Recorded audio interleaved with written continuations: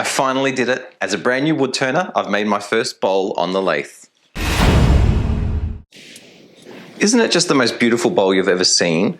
The color, the iridescence, the shine, Okay, yeah, it's a fairly stock standard bowl, but to me it represents the culmination of around about 35 hours practice on the lathe using the Easy Wood Tools system, and I love it. It's made from an old wall stud, Tassie oak or messmate or something like that, nail holes and all.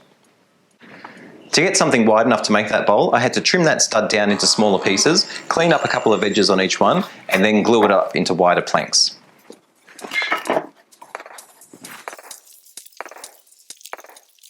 Then after that part dried, I had to clean up the faces again and glue it up together so I had one nice, wide, thick blank. Eventually I had something suitable, so I attacked it with the jigsaw, just trying to get it into a roundish shape. I actually got really lucky here because the jigsaw blades just managed to cut through the thickness. I would have loved to have started off with a single piece of timber this big, but we're on lockdown here, my supplies have run low, you got to make do with what you got.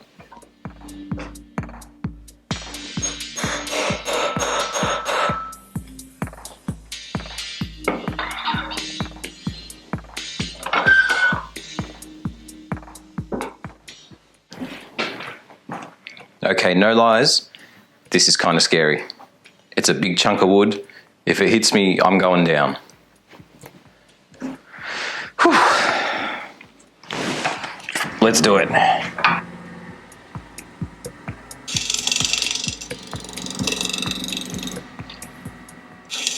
Now, if I look calm while I'm cutting here, I was actually really scared. On the inside, it's more like...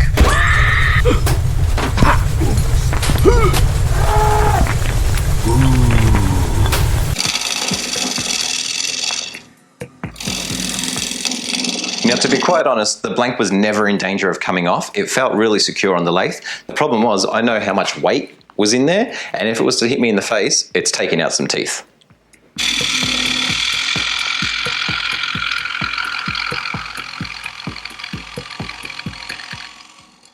That was interesting. It's the biggest and heaviest chunk of wood that I've put on the lathe before, so that's already scary in itself, but then it's also, you can see, it's not a circle at all. And the cutters do not like jumping in and out in the air like that. So I've put a tenon on the back with even a bit of a, I suppose it's a bit of a dovetail joint so that the scroll chuck can really grab onto it because I'm scared.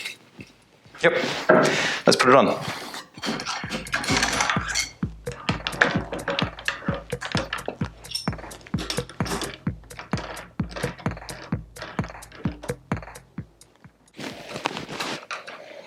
All right, that makes me feel a lot safer.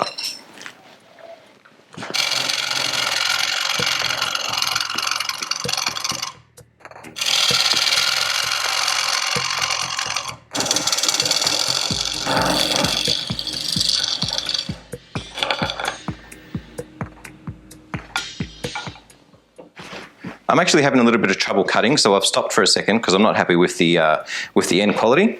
I think what it is that this cutter head is finally starting to say, hey, I'm a little bit blunt, I need to be sharpened. Fortunately, to sharpen it, all I need to do is use the Allen key that comes with it, rotate the cutter head around, and then I've got a brand new sharp edge.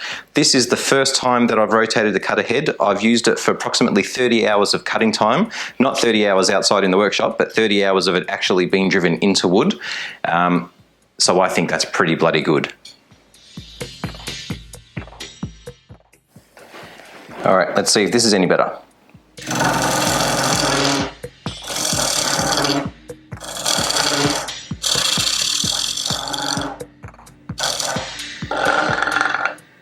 That's much better. I was getting so much tear out where it goes against the grain here before, so that's a heap better cut.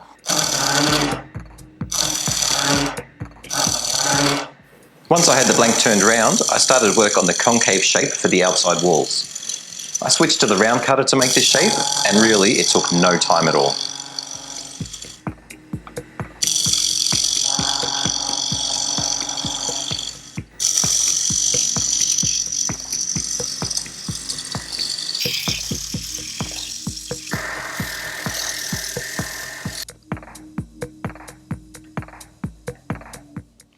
I was so excited to start hollowing this guy out. To begin with, I used the diamond cutter to cut a shallow, perfectly centered hole, just deep enough to guide my drill bit into. Then I marked on the drill bit how deep I wanted to go and drove it in.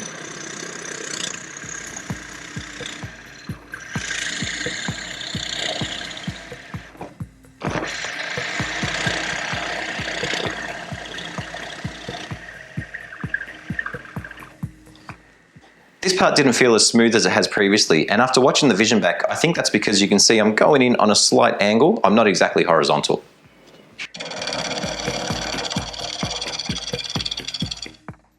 And once I've drilled that depth guide, I can use the round cutter and start hogging away the bulk of the material from inside.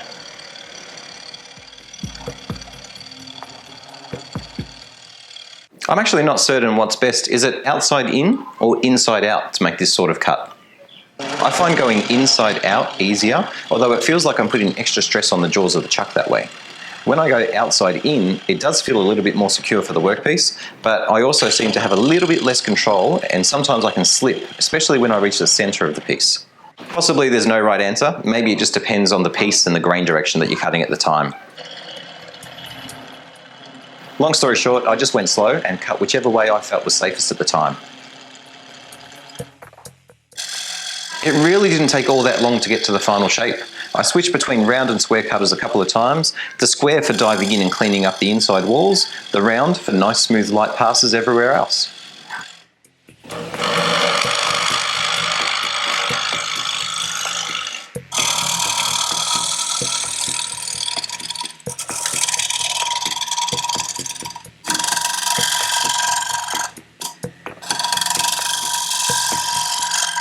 Now originally I was going to make a lid for this bowl. I didn't do that, but I'll tell you why later on. I sanded the bowl up to 240, but even then I could still feel a little bit of roughness, especially in the spots where I was cutting against the grain.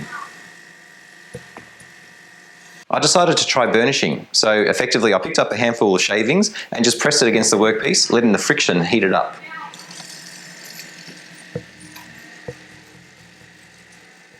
And that made such a difference. All of a sudden the bowl was just super smooth.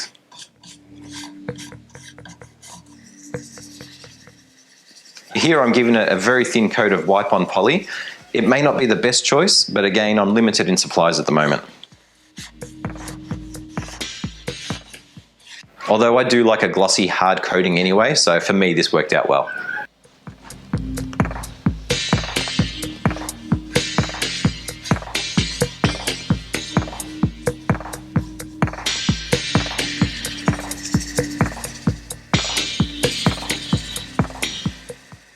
Now, to be honest, my original plan was to create a bowl with a lid. This was going to be the lid. After I started cutting into the first one though, I realized that this is just way too thick, and quite frankly, I don't want to waste it on a lid. So the bowl is going to be lidless. It's going to be perfect for M&Ms because that's what's going in it. The problem is, because I was going to make a lid, this was going to go up on the scroll chuck and I was going to use it as a jam chuck so that I could cut the base off of this one. Can't do that now, so I'm just going to carefully trim it off with a saw. And that's all it took to turn an old framing stud into a beautiful bowl that's going to sit on my desk and store my M&Ms. Alright, you can probably tell that I'm super proud of it, but I will say that I would have much preferred to use a single piece of wood to make the bowl. I'm not a huge fan of all these glue lines down here. And while I think it's a really beautiful, elegant shape on the outside, my daughter did point out that it kind of looks like the cheap plastic dog bowl that we've got, so I can see that too. It's still hard to believe that I've gone from this to this in about an hour or so on the lathe. Making a bowl on the lathe was the ultimate goal through this whole learning experience, and I'm so happy with everything that I've done up to this point, including this point. I'm sure you've gathered it already, but I love the Easy Wood Tools carbide cutters. Now, odds are I'm probably not going to turn into a master wood turner, but with these three tools, I know that pretty much whatever I want to make, I'll be able to make, and I'm having a great time using them.